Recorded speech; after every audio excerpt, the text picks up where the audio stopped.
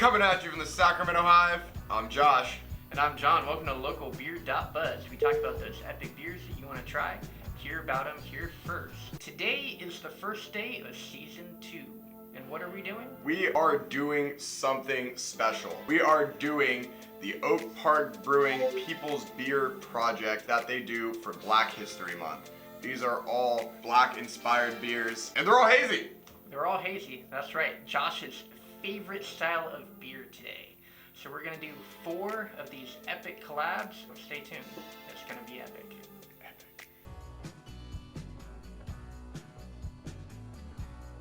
Now, where is Oak Park Brewing Company located, Josh? Oak Park Brewing Company is located at 3514 Broadway in Sacramento, California. They have a great location, actually. They have a very big patio. I'd say probably the patio is the best part about the brewery. It's huge. They got giant pretzels. They're super good, super cheap. It goes great with beer. You can dunk it in the cheese they give you, or you can dunk it in the beer. I prefer to dunk it in the beer. Dunk it in the beer? Yes. What about the beer and the cheese? Make a nice little beer cheese? No, I would just toss the cheese, dunk that pretzel in that beer, drink that beer, eat that pretzel.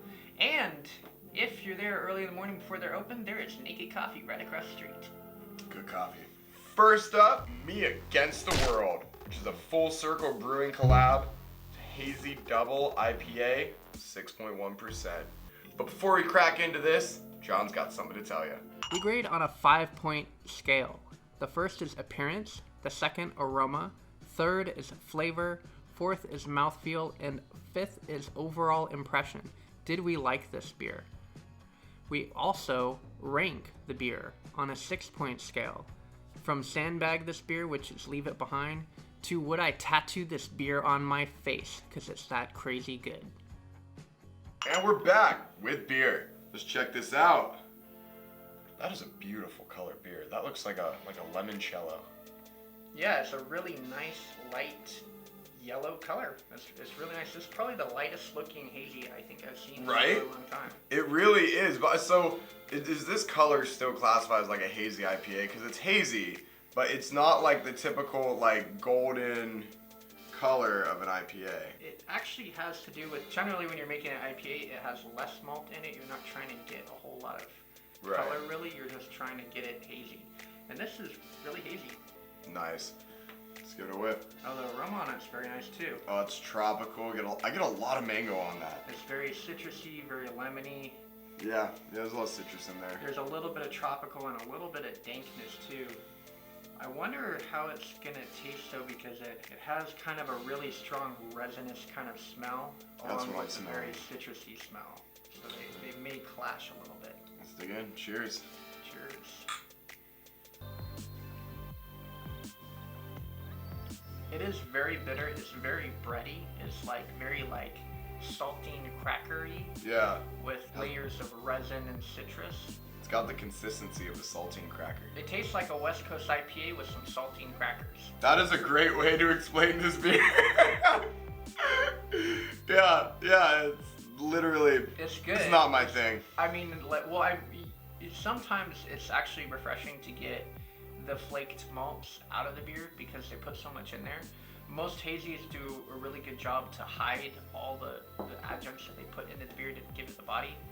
But this is actually pretty interesting because you're tasting all the layers of like the malt. And the type of malts that are in hazies are not very flavorful malts. They're just bready, crackery malts that you just kind of put there to give it the color and the thickness. So it's pretty interesting. It's got a nice bitterness and then a lot of citrusy notes in there, but definitely not my favorite hazy because most of them are very tropical and sweet.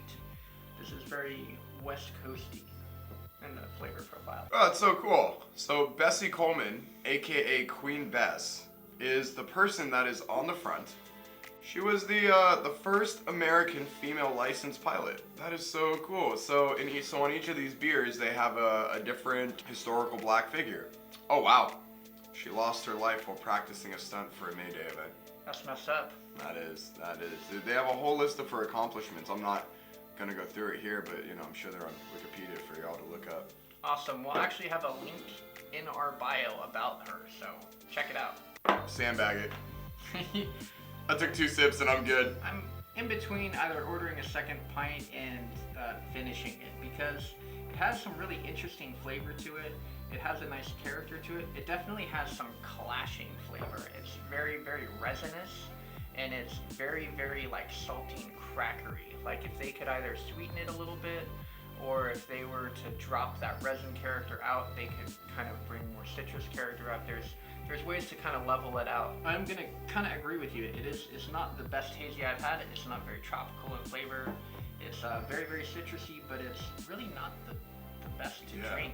Dry and everything, but the best part about this hazy is the color, in my opinion. That color is an awesome color. It's a great color, but it makes you wonder, you know, they probably sacrificed some of the sweeter adjuncts to get it that color. I'm probably gonna go with, I'd finish the pint. Off record, they use Southern Passion hops. Southern Passion hop? Yeah, those are the ones from Africa. It's a German variety hop that they then grow in Africa. So it's a noble hop that then becomes more tropical. It's actually not that tropical, it's really citrusy. Yeah. So that explains why it's not super tropical in this beer. Up next, we have The Message. This collab is with Helicoastal Brewing Company. This is also a hazy IPA, and it is 6.6% ABV. Well, it can only go up from here. Let's try it. And we're back with more beer. At The Message. What is it trying to tell us? It definitely has like a similar look. It's not as like bright yellow as the last one. This one's a little bit darker. The lacing is nicer, in my opinion. It looks like the bubbles are nice on the side. It's got a nice fruity aroma on it. That smells incredible. Oh my gosh. Yeah, see the last one had kind of this dankness to it and then citrusy to it, where this is just tropical notes and like some berry in there. Some candy. Yeah, tropical hot candy. Yum, yum, yum. Alright, let's dive in. Oh, that's fantastic. Huh. Actually, there's a little weird flavor at the end. I just got. Now, I don't know what it is. The initial burst of flavor was good, and then it left my mouth, and I got this awful aftertaste. Are you getting that too? So there is a clash in this beer as well. Like the finish on it is strange. It's like they have like a very grassy finish on it. This tastes like a hazy West Coast. Like, it's got the dank and resinous of a West Coast, but it's got the tropical and haziness of a hazy, and the two are just fighting for dominance. Well, not necessarily. So early hazies were very, very grassy, and that's actually a characteristic of proteins in beer. Proteins will basically make something very hazy in flavor. Or I'm sorry, very grassy in flavor. And for a long time, brewers have been trying to figure out how to get the grassy notes out and get the tropical notes to rise up. And basically what they've been doing is instead of adding hops during the boil, they'll add them as the beer is cooling down. Or they'll add it, you know, just dry hop it like crazy. Or sometimes if they dry hop it too much, they also get too much of those grassy notes. So it's kind of this double-edged knife where you can accidentally over hop your beer and get really strong grassy notes. I think this is good, but definitely a little too grassy. I finished the beer. I'd get a 4-pack. Like I said, this is like a traditional hazy beer. This is all it's supposed to be. It's supposed to be hazy. It's supposed to have hops in it. This has hops in it. You can taste them. It's not super juicy hops. It's very, very, very citrusy. This is very, very lemon lime. Person on the front, this guy right here, his name is Robert S. Abbott. He was an entrepreneur, lawyer, and publisher. He invested 25 cents into publishing 300 copies of the first installment of the Chicago Defender. That's interesting. He also established Bud Billiken Parade and Picnic Day. I like Picnic Day. I do too, especially in Davis. Yeah, the only place they actually celebrate it. Yes. Wait, is Picnic Day a thing? Like an actual thing? It's not just like, Davis Picnic Day? Davis like closes down for like Picnic Day. They have it in other places too, but most of Sacramento pretends it doesn't exist. Gotcha, okay. Yeah, Davis Picnic Day. Go celebrate. You'll find me there this year, that's for sure. I think for a while they were gonna actually name it Watermelon Day. Just because like everybody shows up with a watermelon. I would have named it Watermelon Dog and Kid Day because that's what I see a lot of. They should have just named it 422 because everyone's just stoned. It is a college town. Yes, it is. What do we have next? Coming up next, we have all about the Benjamins. That is a Hunter's Point collab, double dry hopped hazy, coming in at 6.9%. Before we do that, I'm gonna hit the head. You're not feeling well? You're not liking these hazies? Dude, these hazies just go straight to my stomach, man. I gotta evacuate real quick. All right. And we're back.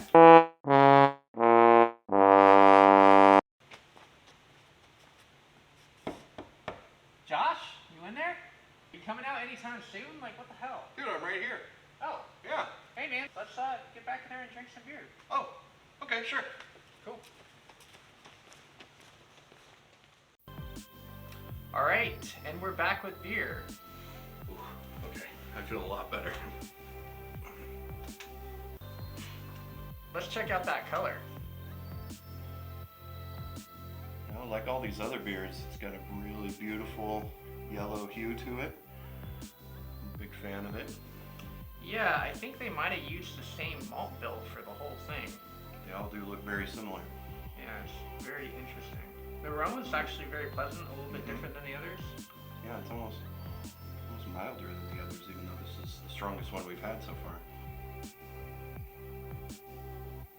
Definitely better balanced than the other ones as far as nothing stands out. I mean, it's very even keel, I guess. It's very balanced, but it's almost too mild. It's like a pale ale. That's what malt and the hops kind of cancel each other out almost. It's balanced, but it's muted. I would say it's definitely more muted. It has a little bit of a resin bite to it, like they all have had, but it's not astringent. It's just like, where's the flavor? It's just there. Yeah, it doesn't have a flavor. This one is hard to judge because it's drinkable. It's refreshing. It's very West Coasty. It's like a West Coast pale ale. Without the flavor. And like it's very mild. And actually, if it wasn't so hazy, I could mistake this for a blonde because of the hop profile on it. It's got a slight fruity aroma. It doesn't taste bad. Like if you could drink a 6-pack of this and you wouldn't even know that you drank anything almost other than having a buzz. Yeah, because it would just go down so smoothly, but because there's nothing there. It is actually very, very smooth, very easy to drink, but yeah, there isn't a whole lot of flavor. Coming back to this, all of these beers were pretty cold when we pulled them out of the cooler, but it makes me wonder if we heat one of these up, if we're gonna get more of that aroma and flavor out of it. It's something that I normally don't do with IPAs, but it might be one of those things where this malt bill works better at like a room temperature. This is Mary Ellen Pleasant, mother of California civil rights, entrepreneur, financier, and real estate mogul. Birth date unknown. Taught herself to read and write, supported John Brown leading up to the Harper's Ferry raid, won several civil rights cases across the state of California and trolley car companies, helped establish the Bank of California, and by 1875 she amassed many assets and investments that classified her as a millionaire. Whoa. Wow. Way to go, Mary Ellen Pleasant. All about the Benjamins indeed. Awesome. I am really conflicted on this one. Like, I want to keep drinking it as I'm searching for flavor, but I'm just not finding the flavor I'm searching for. Very easy to drink, very shareable, very crisp and refreshing. Not really a hazy though. It's like, if they could just get rid of that haze, this would be like a tasty blonde. I'm gonna 4-pack it. I think I would order a second one because, like you said, I would let the second one sit there longer. Maybe we'll let it warm up a little bit. Oh, there you See go. if that brought out some of it. All right, Josh, what is our final beer of the day? Our final beer of the day is Kinfolks, You Got to Chill. It is a hazy double IPA clocking in at 8%. First, we're gonna have a quick word from our sponsor, and then on to that final beer. Are you interested in taking your fermentation to the next level? Check out Hop Hero Homebrew Supply. We carry beer making supplies, wine making supplies, cider making supplies, the list goes on. Check us out at www.hophero.com. We're back with beer. We have... Kinfolk, You Got to Chill. And it is chilled. We're ready, Kinfolk. Let's see. Well, it looks exactly the same as the others. Yep, I think you were right about that malt bill. Yeah, I'm starting to think it's just the same malt bill all around, except This one actually kind of smells like candy. Yeah, it's got a delightful nose on it. Hop candy. Mm-hmm. Like when you hear about Eldorado hops being like the super juicy candy, I don't even know if that's what's in this beer, but it smells like the way they sound, just like juicy fruit. I can't wait to try this one. And this, by the way, as our final beer, is a double, which means it's 8% ABV. All right, let's get going. It's good, but it's very West Coasty. This is like a West Coast IPA. It's a good double West Coast IPA with a hazy color. With some haze. Yeah, I don't know if you can see that, but this is super lemony hazy, and yeah, you think you're drinking a shandy or something, but then yeah, but yeah. It tastes like West Coast. It's a good West Coast. It's not like amazing West Coast. No. It's not as tropical or as fruity as it knows. A lot more flavor than the last one. Well, this is definitely my favorite of the 4 that we've had today. I can feel the little extra bite of the 8%. A little bit more, yeah, like you said, kind of tropical, very West Coasty, but hazy. It's kind of deceiving. If I was drinking out of the can, I wouldn't even think about it being hazy. That's true. And this one is actually not really a collab. It's in a collab series, but it's not actually a collaboration with any other brewery. It's just a double from Oak Park Brewing, and it so far is phenomenal compared to the other 3 that we've had so far. We've got Frederick McKinley Jones. Inventor, engineer, business owner, mechanic, revolutionized the refrigeration industry. All right. Self-taught automobile mechanic, served in the U.S. Army, obtained engineering license, co-founded U.S. Thermo Control Company, first African-American elected to the American Society of Refrigeration. Bam. Bam. This is my favorite guy so far because without refrigeration, we would not have cold beer. Accrued 60 patents in refrigeration, sound, cinema, X-ray tech, and engines. Wow. This is a epic IPA. Not grading on a curve. Based on all the other doubles, hazies that I've had, I would say this is definitely a keg. I could finish off a keg of this. It's real good and smooth and just delightful. I just want to finish this whole can right now. It's totally to style and it tastes very good. It's very clean, it's refreshing. It's got all the flavors that I am looking for. For me, this is also a keg.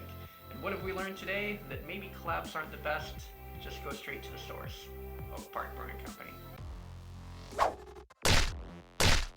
Thanks again for watching. This is our first episode for season 2. Look forward to other episodes to roll out. Don't forget to like and subscribe.